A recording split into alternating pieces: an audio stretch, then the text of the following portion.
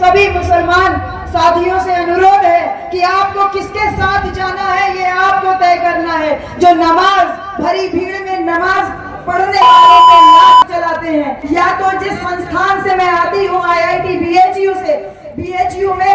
बंदूक की नोक पे औरतों के साथ में जिस तरीके से जुल्म और जाति छात्राओं के साथ में हो रही है, आप उनके साथ में हैं। या फिर जो पहलवान लोग, जो हमारी महिला पहलवान लोगों ने जिस प्रकार से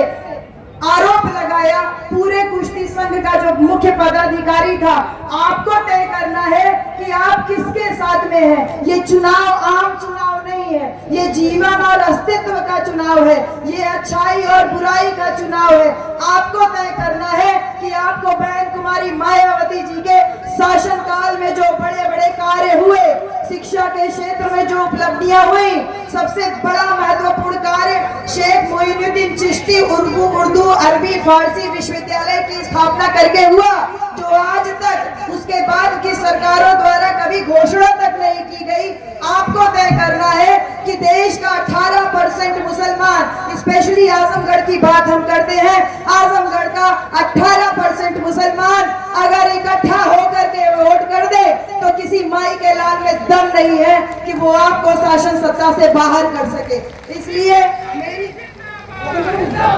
इसलिए मेरा आप सबसे विनती है, अनुरोध है कि बहन कुमारी मायावती जी पढ़ी लिखी थी, तो उन्होंने degree college, medical college, engineering college, polytechnic college, ITI college, तमाम विश्वविद्यालय बनाए, और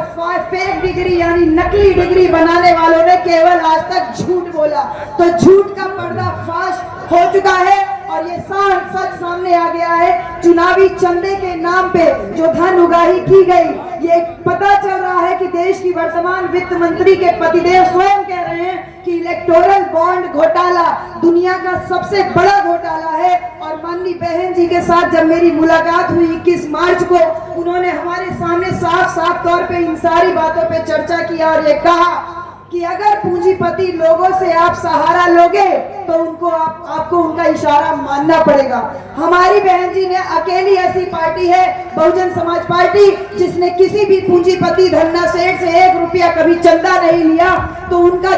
पैसा नहीं लिया तो उनके इशारे पे काम नहीं करती है। ऐसे में सर्व समाज के लोगों से यही अनुरोध है कि 1950 में जो बाबा साहब डॉक्टर अंबेडकर संविधान बना के गए थे, वही संविधान बहुजन समाज पार्टी का मैनिफेस्टो है और वही भारत के संविधान को 100% लागू करने के लिए कटिबद्धता है बहुजन समाज पार्टी की मुखिया बहन कुमारी मायावती जी की। और आज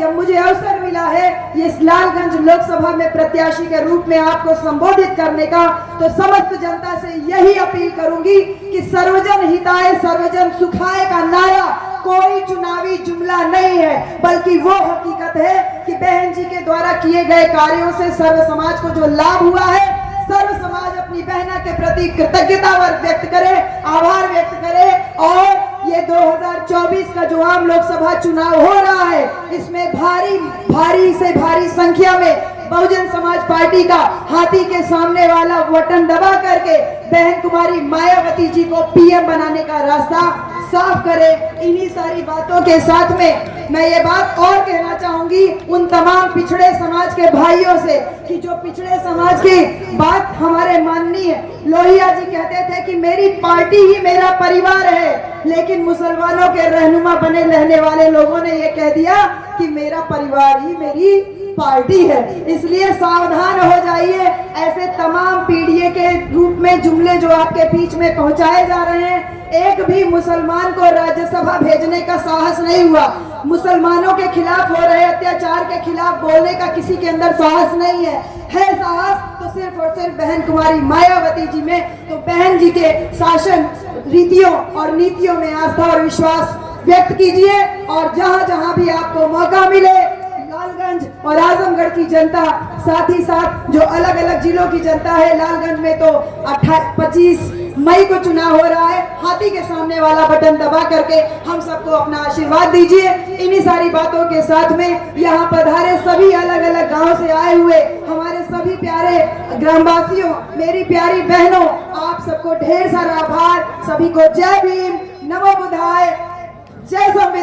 खुदा हाफिज।